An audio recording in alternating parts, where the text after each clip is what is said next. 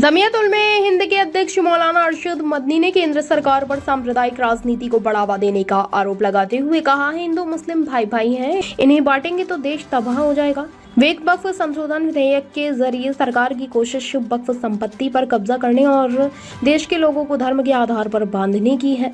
देश हिंदू मुस्लिम सिख ईसाई की एकता के बल पर चलेगा, न कि नफरत और बंटवारे की राजनीति से चलेगा। तेलुगु देशम पार्टी और जदयू को एनडीए सरकार की बैसाखी बताते हुए मोदी ने कहा कि विधेयक पास हुआ तो खुद को धर्मनिरपेक्ष बताने वाले के यह दल उनकी जिम्मेदारी से बच नहीं पाएंगे। माना जा रहा है कि जमीयत की कोशिश है कि तेलुगु देशम पार्टी और जदयू को किसी तरह इस मुद्दे पर साथ लाया जाए, जिससे सरकार संसद में विधेयक पारित नहीं कर पाए। वक्फ संशोधन विधेयक को लेकर बनी संयुक्त संसदीय समिति को संसद के शीतकालीन सत्र से पहले सप्ताह से अपनी रिपोर्ट सौंपनी है। ऐसे में सत्र के ठीक पहले जमीयत ने इस विधेयक और समान नागरिक संहिता पर आगे बढ़ रही है। केंद्र सरकार पर दबाव बढ़ाने की कोशिश की। इंदिरा गांधी इंडोर स्टेडियम में आयोजित भारतीय संविधान सुरक्षा सम्मेलन में अरशद मदनी ने तेदेता के चंद्रबाबू नायडू और जदयू के नीतीश कुमार से इस मामले में मुसलमान की भावनाओं पर ध्यान दें और कहा कि एनडीए के भीतर जो धर्मनिरपेक्ष होने का दावा करते हैं, उन्हें इस खतरनाक कानून को समर्थन करने से खुद को दूर रखें।